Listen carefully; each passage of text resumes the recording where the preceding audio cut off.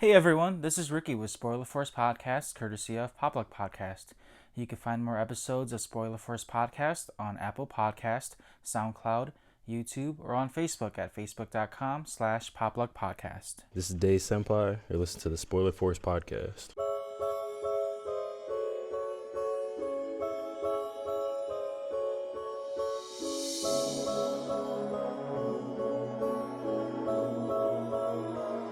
It's a LP beat.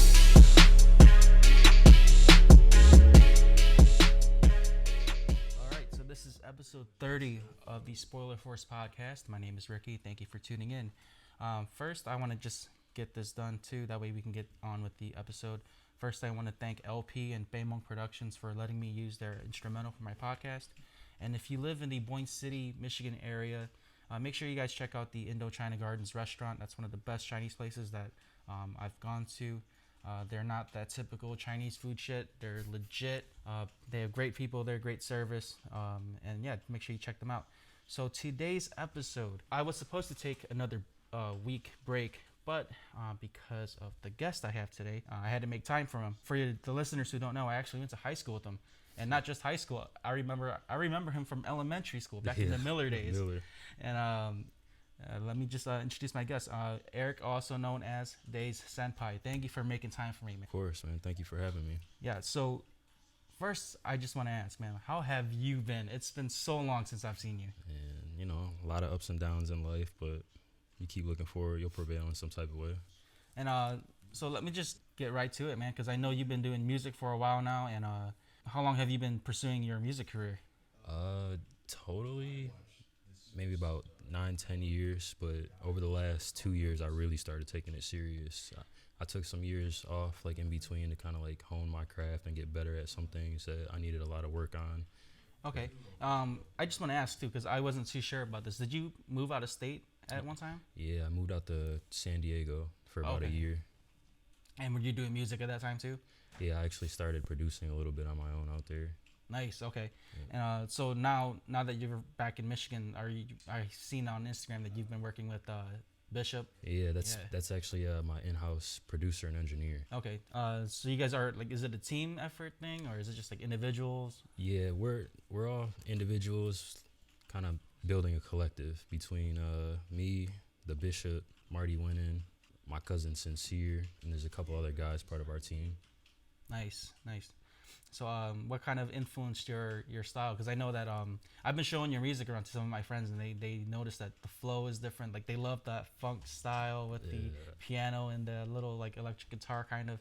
And for me, I've noticed that you have a lot of anime gaming puns in your style. So what kind of is that?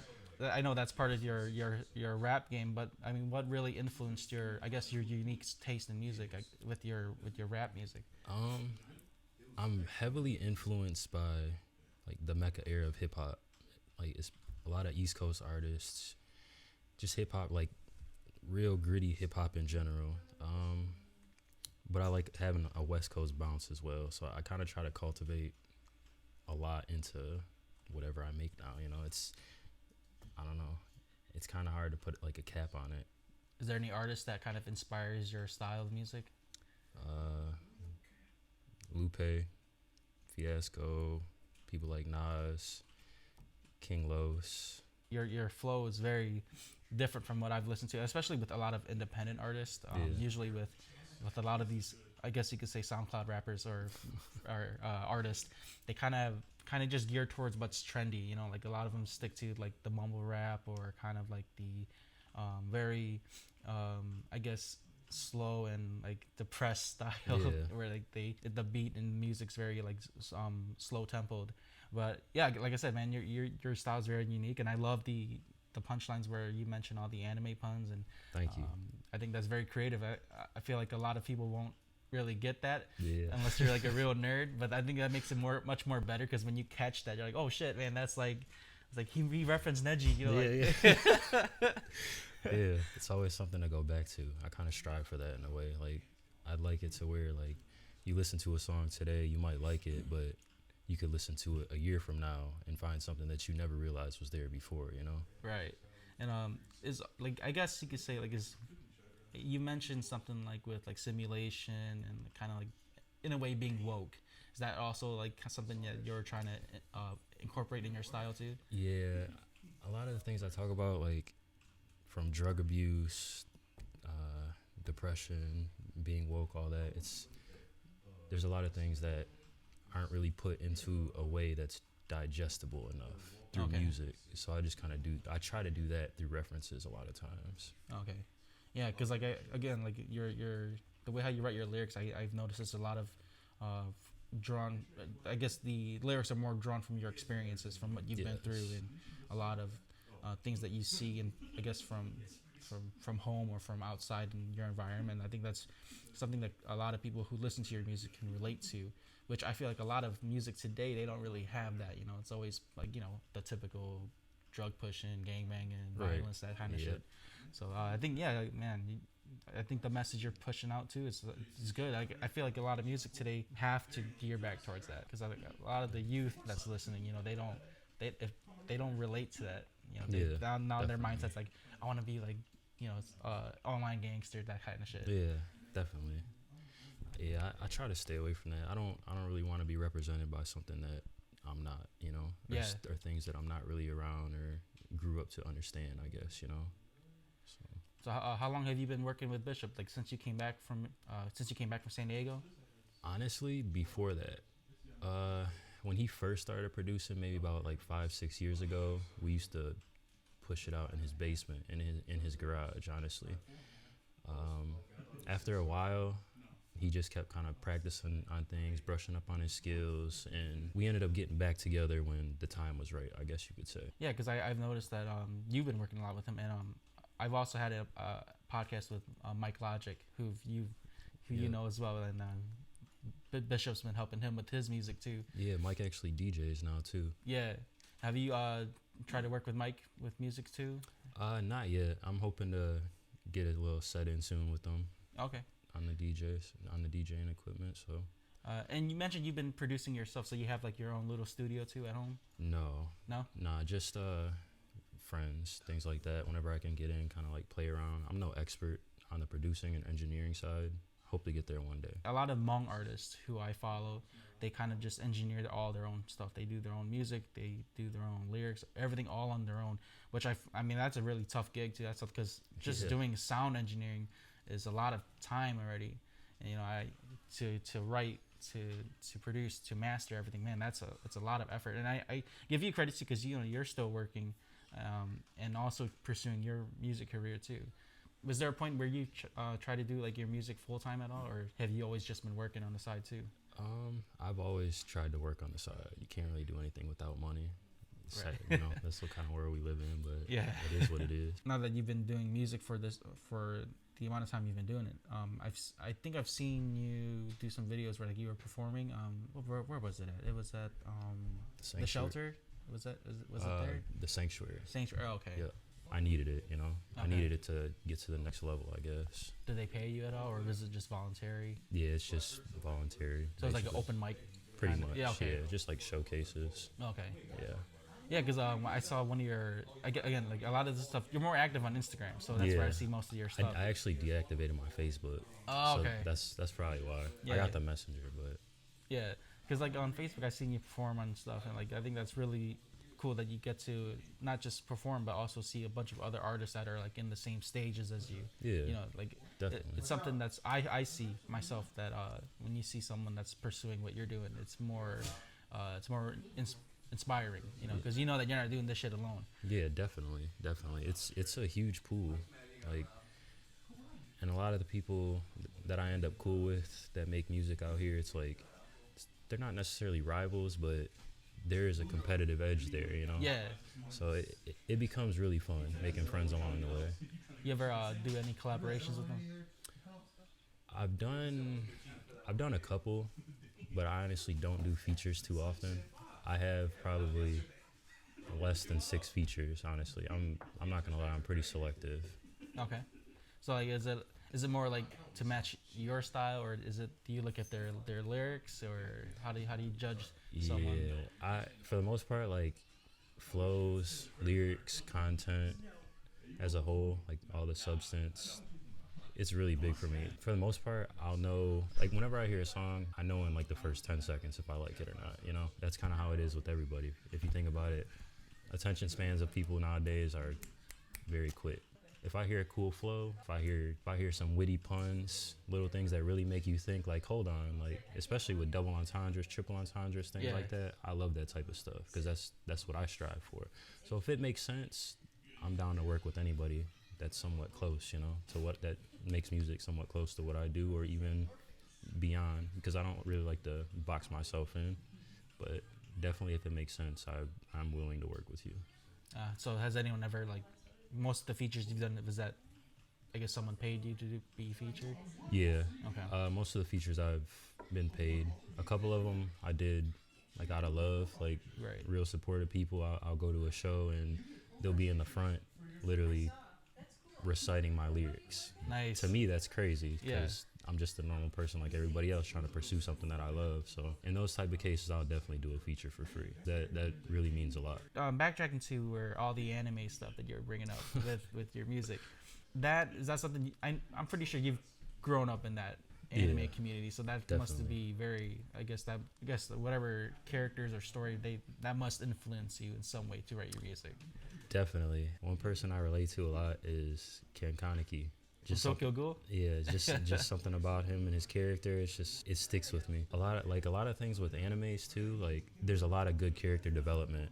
So you're actually watching this person grow through a lot of different things. And compared to American cartoons, to me, there is no comparison. There's a lot more to take in, to digest, to understand. It's on purpose. I'll tell you that. Like, I'm not gonna lie. Some songs, I won't throw in anime references, but that's because of the content. In most cases, I'm going to throw an anime reference in.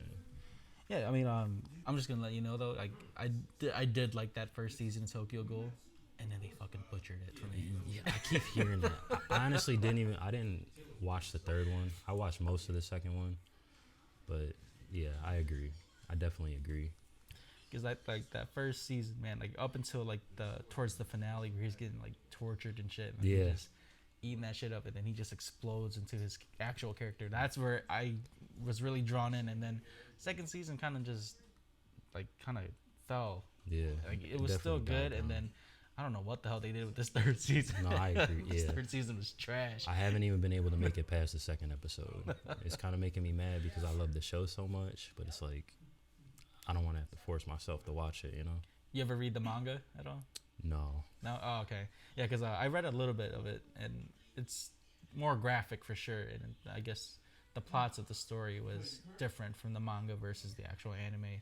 But I haven't made the time to actually finish the manga itself. I stopped up to pretty much where season 1 ended with the manga, and then I stopped there. With your music, how far do you, like, is this something that you want to do kind of like long term too? Yeah, definitely. Mainly to build a platform to do other things, mostly like community things, you know, kind of give back. But in order to do that, I need to build a platform first. So that's definitely what I'm aiming for. So, so you're just sticking with like Instagram and YouTube, those kind of platforms. That's kind of like where my social presence is, I guess. Okay. But I'm one of the people I'd rather be known like in real life rather than like, all right, I'm just gonna search you, da da da. Okay. Because I'm not really too big on the whole social presence on Instagram and all that. Like, I just started kind of getting more active because I have no choice, you know. Right, it's something every artist has to do now. Yeah, especially with how fast things move nowadays too. So like, if you're out for like 3 months, you're not really dropping content. People are gonna forget about you. Your views are gonna go way down. It's just not good to have to keep on like rebuilding on that once you stop, you know. That is pretty tough too, because like there's like so many options for podcasting to stream and stuff. And as of right now, I'm only doing like Apple Podcasts and SoundCloud, and a lot of it's like you said, man, it's all money, you know. Like, yeah, definitely. You can't do any of that without paying for something, you know, and it's pretty difficult. And so I guess what you're doing, I guess, is just trying to build your network as well with meeting different people, producers and artists and all that. Are you focused more, I guess, in the Detroit area now? That's where your focus is at, or are you still reaching out to like out of state producers? I'm gonna be honest, like my sound isn't really a Detroit sound, so I don't see myself doing anything crazy in Detroit. Okay. Like, I have a presence and a following here, but more people touch base with my stuff out of states. So eventually that's kind of what I'm hoping for, to kind of like keep branching out to the point where more people here know me, because everywhere else people are looking me up, that type of thing, you know? Right. So I guess like the events you go to, trying to find artists that are like, or producers that are like out of state pretty much, and kind of like plant seeds in each area. Kind of plant seeds, period. Not necessarily just for like out of state, because I'll be real with you, when it comes to beats, like I really only go off of the Bishop's beats. Okay. We've kind of cultivated a sound together over the years. Right. So yeah, so you both, because like both personally and professionally, you both know each other pretty well. Exactly. Right. I've done a couple beats from other producers, but not too many. The only two people I've really messed with is Anton Pastoria. I don't know. He went to our school. Really? Okay. Yeah. I don't remember. Do you remember Dante? Yeah. His younger brother. Oh, okay. Yeah. He Anton actually produced my first EP when I was in California. Okay. But And that's with like me and myself, right? Is no, the that one? was the Bishop produced that one. That was in August. Okay. The Power Cosmic. I think I bought that one on my phone. That's crazy. Yeah. My friend actually hand painted that cover art out in San Diego. She like painted me as Silver Surfer, Oh, nice. and like she did a play on Galactus, the thing with the eyes. Yeah. If you listen to it, it's just basically explains it through the picture. She actually did a lot better than what I had in my head. I'll be honest with you. She painted a better picture than I saw in my head. So it's like it's an actual canvas. Or is it like a mural? She did an actual canvas. It was too big to actually get a picture of, so she had to take it in and scan it so she could send it to me. Nice. I mean, are there any like I guess since you've mentioned that you're kind of like, I don't want to say picky, but like you have a decisive way of deciding who you want to work with. Has there been any other artists that you've met that you wanted to work with, or do you wait until someone reaches out to you? Yeah, there's been a few. Like Rolando Soul, he's from Detroit. He's really good. I worked with him a couple times, but he's one that I'll work with anytime, honestly. Asaka the Renegade is really cold too. My man over there, Persia Gray, he's pretty cool. We got some collabs in the work as well. Yeah, I am picky. I'll be honest. I'll be honest with you. I am really picky, bro. I understand, because like you have to find someone that kind of matches your style. So like Yeah. because there's always different artists that aren't as flexible, or Yeah. they kind of want you to convert to their rhythm. And Yeah, it's a and lot that's fine too. But it's just like with a lot of people, like you said, they want to do the whole like mumble rap, or right. All the everything trendy is just shit. like a few melodies here Yeah. and there, where they're not really saying anything. They're saying the same thing 5 times in a row in different ways. You know, So that's not what you're gonna do. I guess you could say I just don't really play nice with other kids and shit. Like I try. If somebody really wants to work with me, I try, but I'm not really gonna go out of my way if it doesn't make sense. Right. Like if I want to work with somebody, I'll make sure I work with them eventually. But I mean, have you tried reaching out to like, I guess, different communities of artists too? I honestly would like to make some songs that incorporate Spanish. He actually did that. He made a full-length Spanish song, my boy Persia Gray, and I swear it was one of the most inspirational things I've ever heard.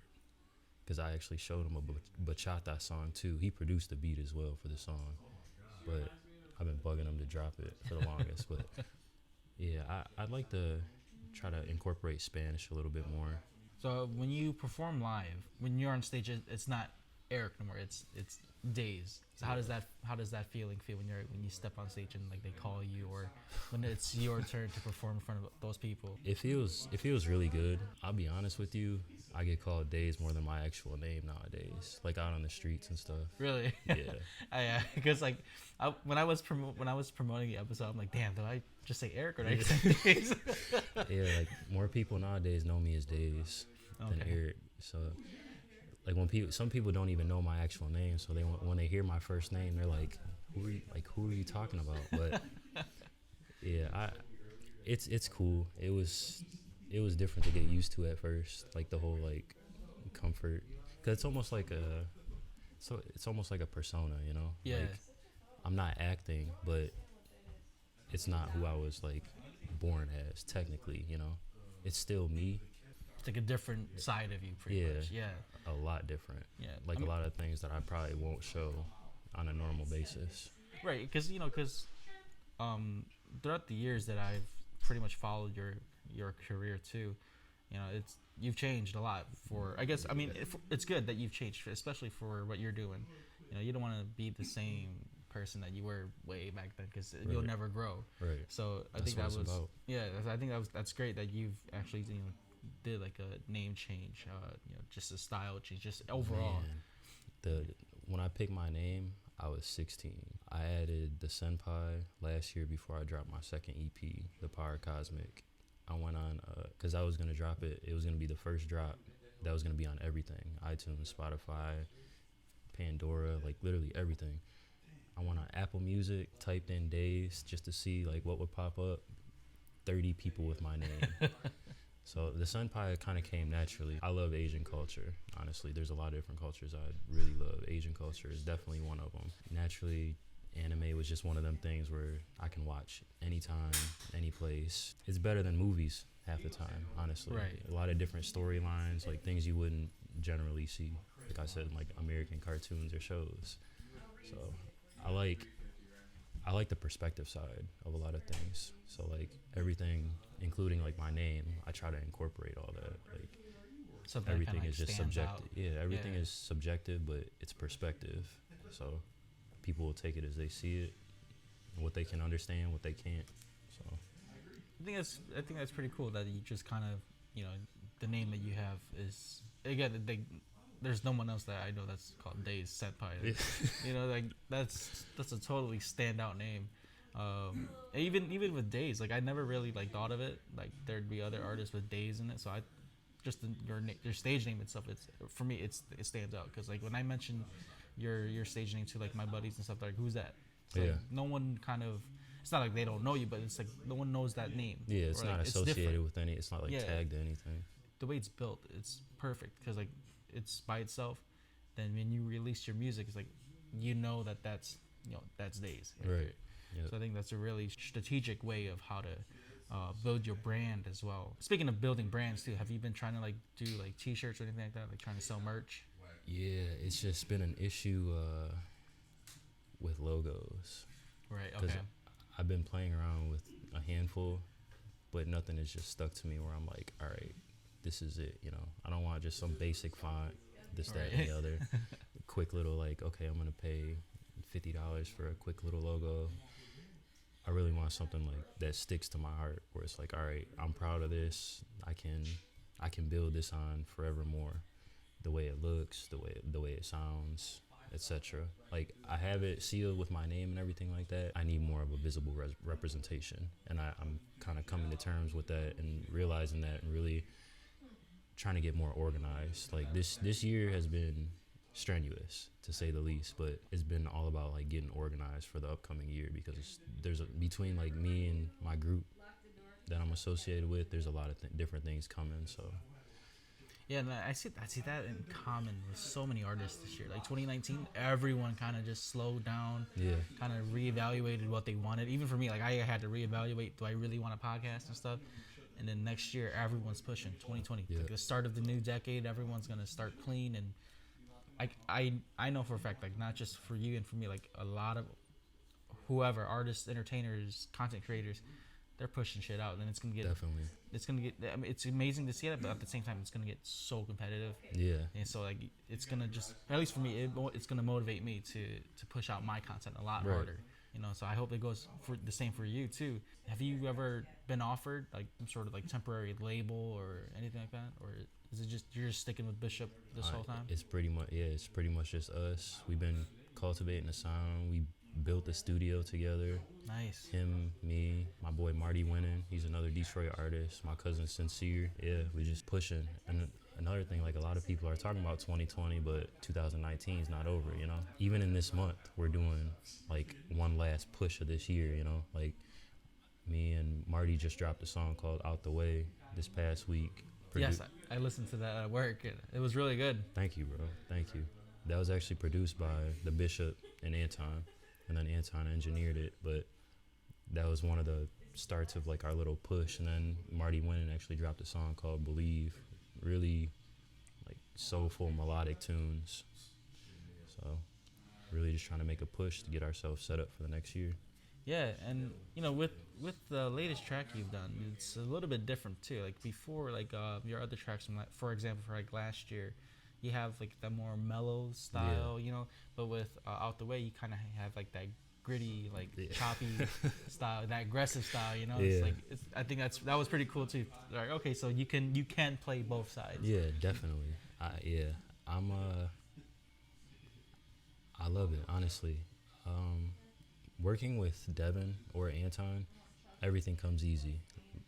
They put two sounds together, and me and Marty were already writing verses. Nice. Like, okay. they weren't even halfway done with the beat.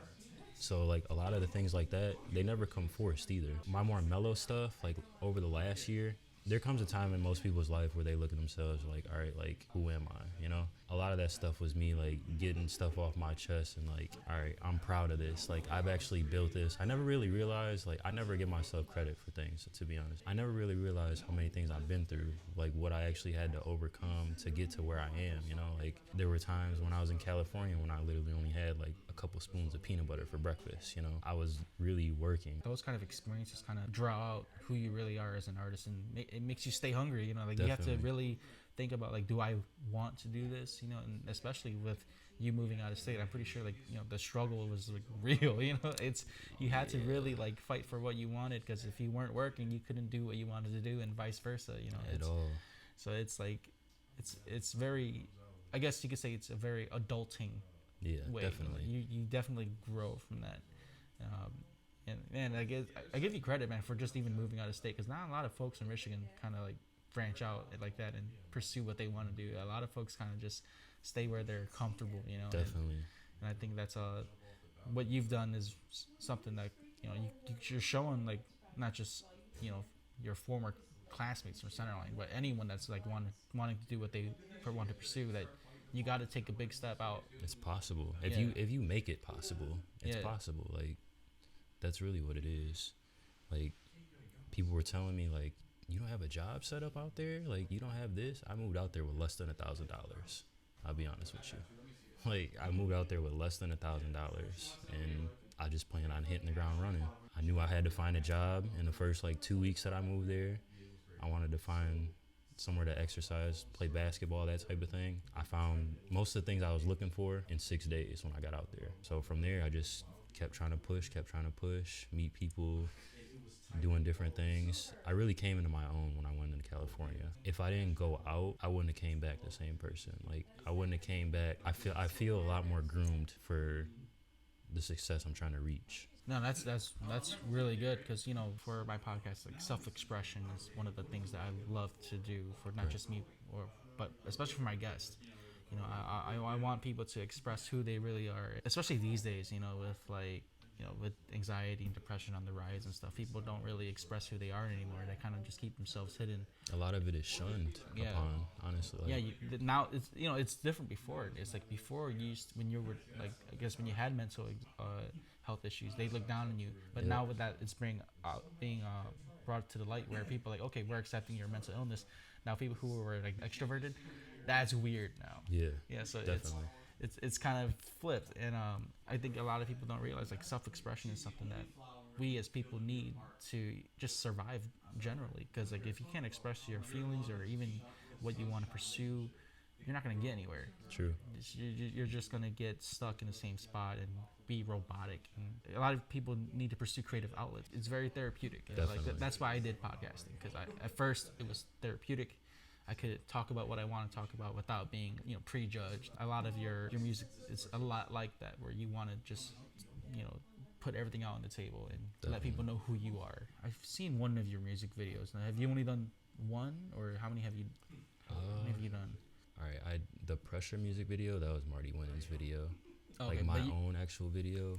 No. I don't have any, but You were featured on that one, though, right? Yes. Okay. Yes. Over the next few months, I'm working on some videos. I have a couple things set up. So early next year, there's definitely going to be some videos dropped. I've been kind of on a content build, Okay. I guess, or just building a lot of content right now. So, yeah. That way you have like a lot to release instead of like bit by bit. Yeah. So we, like, even just among my camp in general, we've been getting more organized. Like, all right, I'm dropping this day. Like, who's following up, so on and so forth, so we can keep it damn near like a train, you know. Nice. I think that's great too, because especially with you working with the team and all too, because like it's difficult to do it by yourself. Yeah. To release content, to keep everyone updated. And Definitely. I guess with the team, like they keep you in check too. Like, Yeah. are you releasing this, or how hard are you working? Like, what do you want to do? That kind of deal. Are you still on that no pork diet? Man, I was vegetarian for a year and a half, and then I went vegan. I'm back to eating meat. I fucked up. I went to Philly for a job, and my boss bought me a Philly cheesesteak. It was downhill from there. I came back home and started fucking up, but I'm definitely going to be going back vegetarian and vegan. How has that affected you? My first 2 weeks of being vegetarian, I've never felt better, and it just continued. Like, I didn't wake up feeling groggy or like tired, fatigued, that type of thing. Like, I didn't have the normal stomach pains that I would get out of nowhere. I felt really good. I just had overall more energy. I felt clear. Okay. And it continued through me being vegetarian and vegan. And when I went to California, I actually went vegan a couple months after I was there. I ended up working at a coffee shop. Damn near all of their options, they had like gluten-free or vegan options. So it was very easy to make that transition for the most part. They had like vegan sausages. I would just throw on a salad or something like that. Like vegan pastries and cookies. So I wasn't messing up with eggs and milk and things like that. Like, it was very accommodating being in California, because everything out there is vegan friendly or vegetarian friendly. Came back here, not really the same. Right, East Coast versus East Coast is still like, we're heavy on like barbecue and all the heavy greasy shit. Man, my family still makes fun of me for that shit. I'll tell you, like, my dad will make fun of me. You eating a salad? No, man. Like, no. I would fall downhill too if I was on that diet, and then like you're in Philly eating a real Philly cheesesteak. Yeah, it was legit. How could you not refuse that? Man? Right. It was legit. Because like I've had some Philly cheesesteaks before. Holy shit, man! Like I only want Philly cheesesteaks from Philly, man. Yeah. I don't want it nowhere else. Everything else is like trash. That's how I feel about Mexican food here, man. When I came back, like, I was getting frustrated. One of my friends took me to a Mexican restaurant. Bro, I wanted to walk out. She thought the shit was funny. I'm like, no, like, these tortillas taste like bleach. Like, the rice is ass. I was spoiled out in California. I could take my longboard down the street. I had specific spots. Like, for one spot, I would get the horchata and the carne asada fries, vegan carne asada fries. The other spot, I would go for the breakfast burritos. Asian cuisine and Mexican cuisine, the best in California. For sure. The best.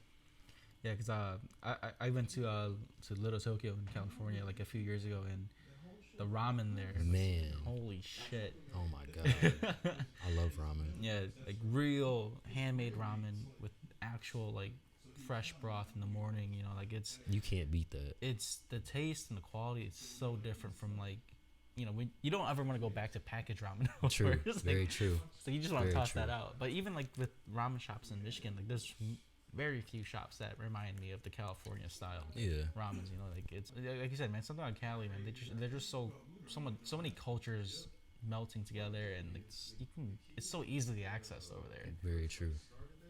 It's a lot more open out there too. That's one thing I realized. Like, being from this area, people are a lot more closed off. Like when I was out there and I made friends, like, people would give me hugs, and I'm just like, what the fuck? Like, what the hell? Like, why are you touching me like this? Like, I don't know. It's a lot more open.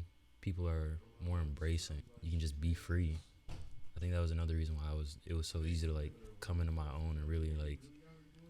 Right, because you weren't afraid to kind of like open up more. Yeah. Yeah, because like it was welcomed. Yeah, especially with like not just here in Michigan, but I think really the East Coast itself, like we've got like that tough. Yeah. Like, you gotta have that hard exterior. Yeah. You can't be like, you can't show your feelings. Yeah. You gotta watch out for yourself at all times. Yeah. Like, Like West Definitely. West Coast is very, you know, like it was like you said, it's very mellow. They're very relaxed over there. It's very very different from here, and 100%. I found myself like that too. Like just being like on the beach at where was that at the Santa Monica Beach. Okay. And I went there with some of my friends for during like I think it was for Anime Expo. We took a break from the expo and went to the beach. People there are like so friendly, man. Like even if like you know they have like all those workout stations Yeah. and shit. Like here, if you like do a pull up and fall, all your friends will roast the shit Yeah, out of you. laugh at you and Right? shit. But over there, man, they're like, hey, get up and like you know I'll show you how to do this. Like they were Yeah. super friendly. Like what the hell? Like I didn't like it was crazy because we were trying. One of my buddies, he's like a workout. He's like a workout freak. So he was. And the thing was like he couldn't do a muscle up, right? And then this tiny Latina, she came up. She's like, "Hey, you want to know how to do a muscle up?" She just does it easily. Like, oh my god. Showing out. Yeah, like she's like, I can help you guys do this, and we were all just in shock. In fact, like she's like half the size of us. And Yeah. she was doing that shit easily. We're like, yeah, we're good. We're just passing it. We're like, we're good. Like you won. Right. You know, in your time in California playing basketball over there, I know it's really competitive on the courts, just outside. I mean, is there like certain standards I guess that they have over there when you're playing ball over there? I ended up there was this I don't know if you've ever been to Balboa Park in San Diego. No, I haven't. I recommend that place if you ever find time to make it out there. But there's a court there. It's kind of like Joe Dumars on 8 Mile. How there's like 3 big courts full length, but it's free, so you can really just walk in as long as they don't have like a league or anything like that. In the morning runs, everybody there made me look like a point guard. Like damn near everybody that I was playing against was like 6'5", 6'6", 6'8". I'm 6'2", 6'3". I'm used to being taller than most people, so it's like I had to do a lot of adjusting. Like I had to play a lot smarter. I'm starting to get older, so it's like I'm still fast and athletic, that type of thing, but I have to lean more on my fundamentals rather than just being faster or like being able to jump higher and all that. It was more of like a mind game with most people, to be honest. I bet like changing like you know versing everyone that's like completely bigger than you gotta Yeah. really adjust your. I'm your not game. used to that at Yeah, all. because Like, you're used to being the big man. out yeah, there. I'm used to being like one of the tallest people, like everywhere I go, and I'm not even that tall, to be honest. You mentioned earlier that you're gonna be a father. Yeah. How has that helped like change your perspective with music and all that? Is that you find something? Is that more like I guess motivating you to pursue your music, or you're gonna have? I mean, and you are gonna have more content to create now because Right. you're having a child. But is that something that like you're gonna look forward to be I guess using in your music too? Yeah, to a certain degree. I'm intensely private, so like there's some things I'm very vague about, Okay. but it's definitely motivated me. My girlfriend helps me a lot. To me, that's all I want is like a little support in that aspect. Like I want the people that I'm doing this for to be able to see like this is something serious. Like, but most people don't see things like that until it's right in front of them. Like if I write a check, you're not gonna have doubts, you know. Yeah. But yeah, it's really hard not really seeing anything physical to show for all my work. Yeah, and that's like a huge thing with just any content creator, man. Because like until you have really like the money, no one's gonna believe in you, man. Like, Very true. Like I said, man, like your style of music is very unique. Thank you. It goes along with your name too, man. Because I really hope that you know that you stay pushing and stay grinding on this. I know that you're not active on social media, but I'll try my best to help push out your music too. I appreciate that. Yeah, and do you plan to stay independent or stay with Bishop? I guess in the long term, or do you want to work with a major label too? For the most part, we're pretty much in the works of creating our own label. Okay. So most of my sound and things that we do will come from our group. Okay. I outsource for little things. Like I'll be outsourcing for like music videos, sometimes beats, sometimes like engineering, things like that. But I'd like to stay independent for the most part. Like we as a whole are independent. Right. You don't want to deal with like contracts and all that bullshit. Yeah, I'm fine with that. It's just I want full creative control. Yeah. Like, there's certain things that I must have, like, or I'm not even gonna look in that direction. I don't really care for a deal. I'm not out here trying to get signed. Like, I know what I'm capable of. I know like my caliber of artist right now. So it's like I'd rather just build up on what I have rather than seeking out somebody else to give me what I need. You brought up creative control, and like, I feel like a lot of major labels that do sign artists, like, you're pretty much signing your life away with that. And being independent, it's harder, but then again, you get to do what you want. Exactly. So yeah, that's great, man. And I hope things go well for you, man. And just keep pushing your music. I feel like a lot of the stuff that you, I guess, represent and talk about is something that's gonna be a big part with the culture that's today. Have you been watching any other animes this year? I recently started Demon Slayer. I started Vinland Saga too. You watch My Hero? I saw a little bit. I have to go back and like like I would catch episodes here and there, but I didn't like steadily watch it. Dragon Ball Super, that got watched. Baki, I really like Baki. That's that fighting one on Netflix, right? Yeah. Okay. There's actually two though. The first one, Baki the Grappler, it was like 13. Yeah. Like the one on Netflix was a sequel to that series. Yeah. What did you think of Demon Slayer, man? Because like for me, I've been pushing Demon Slayer all Man. summer.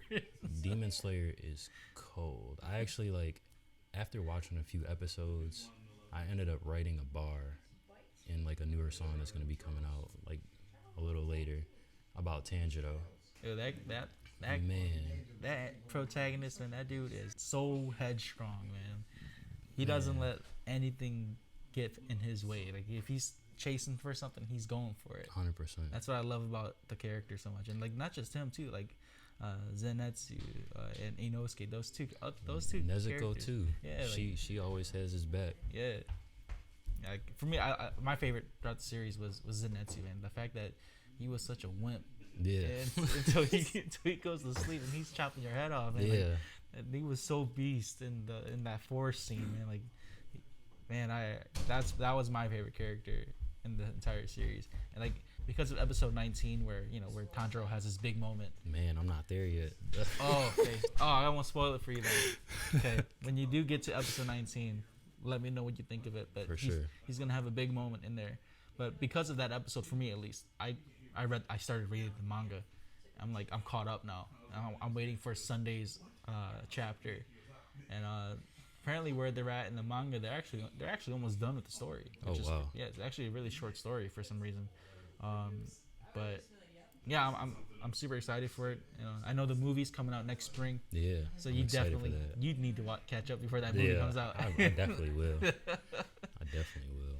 Yeah, but man, Ufotable, man, that production team, man, they are so good with the animation and The all that. colors, like Yeah. everything just pops. It's not dull at all. It's a very good show.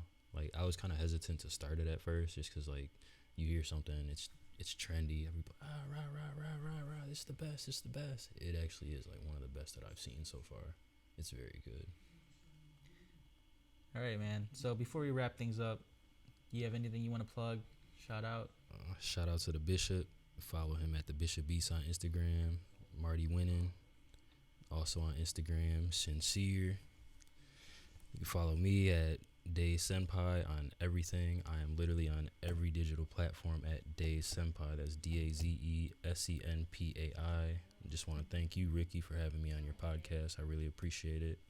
Tune in to Spoiler Force. Thank you again for this opportunity, man. Because me personally, I've been struggling with doing episodes with guests. And like I don't mind the phone call, like guests and stuff, but to have it in person, I feel like it's more personal. Definitely. And it's a great way to not for me, but for you as the guest. You get to express who you are. You get to showcase who you are besides what you do for music. Had me a little nervous. It's the first time I've ever done this, honestly. Yeah, no, you've done great, man. Like a lot of the people that I've had on my podcast, most of them they were hesitant too because they've never done something like this. And like I said, man, this is just something that's therapeutic. Like you get to talk about what you want to talk about, and That's why I try to stay very interested in all my guests. All this week I was just strictly listening to your music, listening to your bars, listening to the puns, and because like that way I can kind of learn about who you are as the artist instead of just the person I met I know at he school. was Eric. So seeing this side of you is very eye opening, and I hope that the listeners too, like they take a chance on your music, man, because it's something that not a lot of people like to do. Listening to new things, doing new things. It's very scary in a way. So again, I just want to thank you for this opportunity, man. The episode here, I'll probably have it up later this weekend. So definitely keep an eye out for it too, and then I'll tag you on Instagram too. Definitely. That way you can help share this. Yeah, man. So that's pretty much it. So you guys, thank you for listening to Spoiler First Podcast. So it's read your comic books, watch your anime, and listen to Daze Senpai's music, man, because it's legit. And I hope that you go far with your career, man. I really do. Thank you. So yeah, thanks for listening, and have a good night.